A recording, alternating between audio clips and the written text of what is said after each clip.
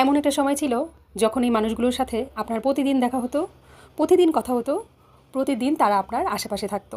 But লাইফে চলতে চলতে আপনারা আস্তে আস্তে বড় হয়ে গেলেন, তারপরে তাদের সাথে যোগাযোগ কমে গেল, সংসারের চাপে অনেক বেশি দায়িত্ব যখন ঘাড়ে চলে আসে, আস্তে আস্তে সব ভালোবাসার মানুষগুলোই কেমন যেন দূরে চলে যায়। আমি আজকে যাদের কথা বলছি তারা ছিল আমার এক সময়ের বেস্ট ফ্রেন্ড, আমার স্কুল ফ্রেন্ড, যাদের ছাড়া আমার লাইফটা একদম অনেক অনেক বছর পর আমরা যখন ফ্রেন্ডরা একসাথে হয়েছিলাম আমাদের কি অবস্থা হয়েছিল একটু দেখেন।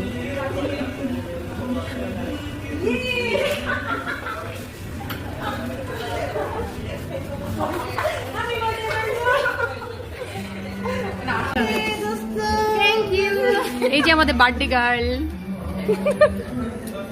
বার্থডে গার্লের জন্য কেক এসেছে।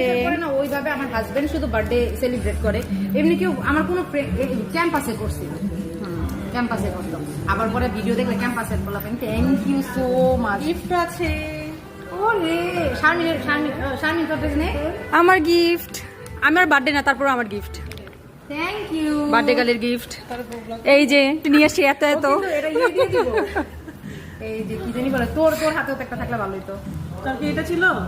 হ্যাঁ, দেখতেই পেলেন প্রায় 15 বছর পরে আমার এই ফ্রেন্ডের সাথে আমাদের দেখা হয়েছিল। আর আমরা কি পরিমাণে এক্সাইটেড ছিলাম আপনাদের ভয়েস এবং ভিডিও দেখে অবশ্যই বুঝতে পারছেন।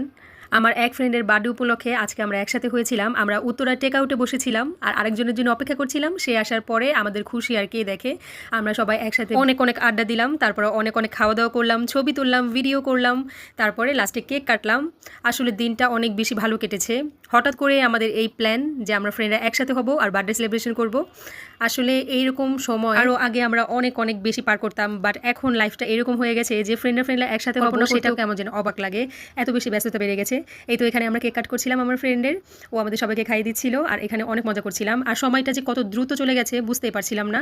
ফ্রেন্ডরা একসাথে হলে আসলে এরকমই হয়, কোন দিক দিয়ে সময় চলে যায় বোঝাই যায় না। আমরা তিনজন ছিলাম স্কুল লাইফে বেস্ট ফ্রেন্ড, সব কিছু আমরা একসাথে করতাম। আমরা প্রায় একজন আরেকজনের বাসায়ও চলে যেতাম। আমাদের দিনগুলো যে কি ভালো কাটতো ওইসব স্মৃতি মনে করলে আসলে অনেক বেশি খারাপ লাগে। স্পেশালি আমি থ্যাঙ্কস জানাতে চাই বার্থডে গার্লকে, কারণ তার কারণেই আমরা একসাথে হয়েছিলাম, সেই করেছিল এই প্ল্যানটা। ইনশাল্লাহ এখন থেকে আমাদের মাঝে মাঝে দেখা হবে, কারণ আমরা এখন কাছাকাছিই থাকি, খুব বেশি দূরই না, তাই দেখা করতে আর বেশি কষ্ট হবে না। ভিডিওটি ভালো লাগলে অবশ্যই লাইক কমেন্ট শেয়ার করবেন এবং আমাদের পাশেই থাকবেন। আল্লাহ হাফেজ।